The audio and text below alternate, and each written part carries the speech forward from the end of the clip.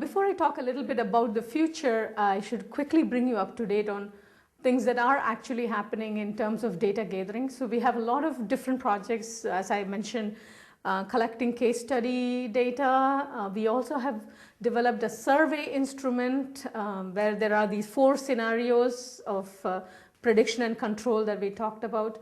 And now this survey is easily administrable to a lot of different groups, and we have done that. We have compared angels, venture capitalists, different countries, entrepreneurs from different countries with different experiences and so on. So we have more data now than we had to begin with.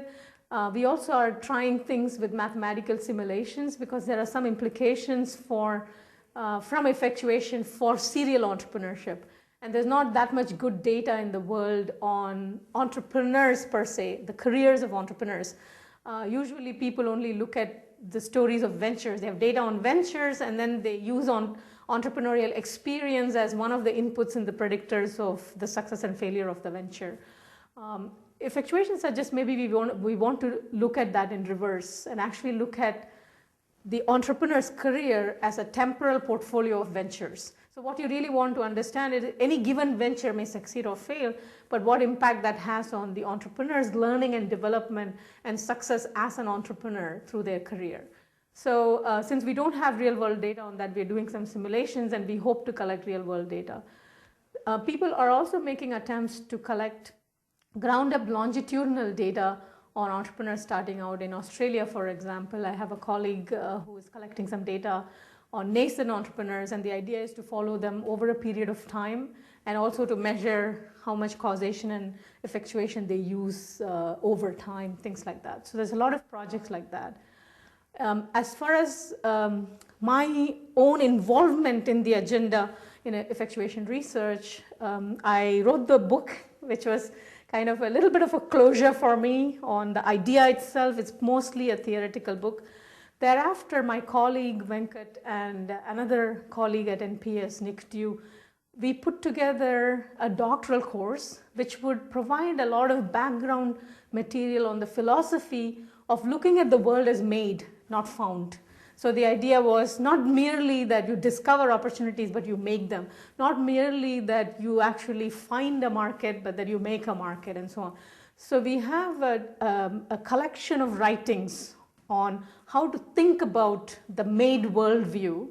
And then we have written some chapters that actually explain on how we can take these classical writings about this, made and found worldview and apply it to entrepreneurship research. So that's a book that we have completed. Yale University Press is publishing that one.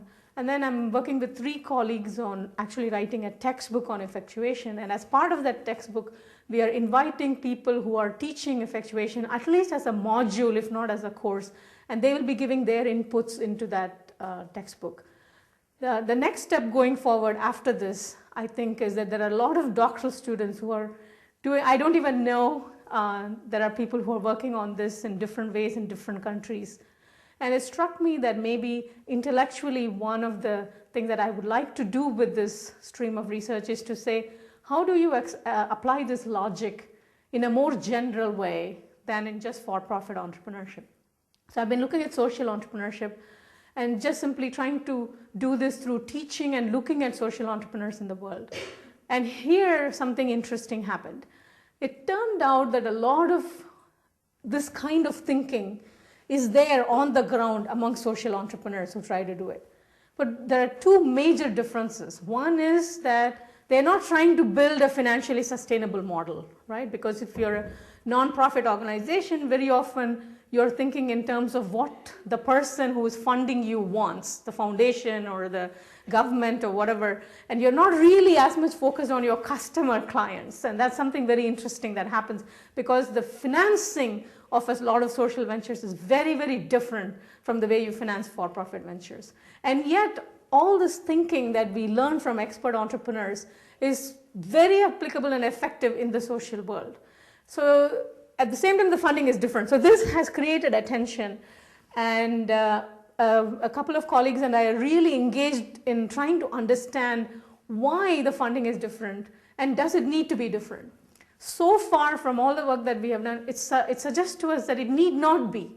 This whole idea of for-profit and non-profit distinction is not a very useful one from the point of view of building the venture for the most part. It may have other value in the world because maybe there are some people who really don't like the notion of profit, or they're uncomfortable with money. But as you saw in the Klaus Meyer's case, there are lots of for-profit entrepreneurs who are very uncomfortable with money and profit, and what they care about are things that are very different from profit. And so why should that be any different in the case of a non-profit organization? So we have begun this project that we call Markets in Human Hope, which is the idea of saying all these instruments that we have developed in for-profit funding, how can we use that in the non-profit or the social sector? For example, why don't we have a stock exchange for social ventures? Why can't I turn on, my like CNBC or something, and hear two guys in Africa saying, here is how I will educate, here's my model for educating, thousands of children in the Congo, and somebody else says, here's my model, and then I go to my computer and I pick one and send my money to the model that I think will work better. Instead of just simply saying, feeling guilty, I have to give something, and I'm interested in education, and anybody who's doing anything in education is fine, right? Instead of that, the for-profit system actually allows you to compare and contrast business models, to get reports every 3 months, to have experts who actually look at those performances and talk to you about why something works or doesn't work. And it gives you a liquid market. For example, if I happen to have sold my house and I have $100,000 sitting in my bank account, I don't want to put it in long-term investment because maybe I want to buy something next year. But during the year, I can just put it in a biotech mutual fund or something like that, if I believe in biotech. And the money, I can earn the money, and at the end of the year, I can sell it. I can't do that with women's issues. I can't say, let me just put this $100,000 in some women's equity fund, in the Middle East or something like that. And then at the end of the year, when I'm ready, I just sell it and take the money out. You can't do that because we don't have liquid markets. Same way, there are lots of small, non-profit organizations that do very interesting things very well. They have no way to scale it up.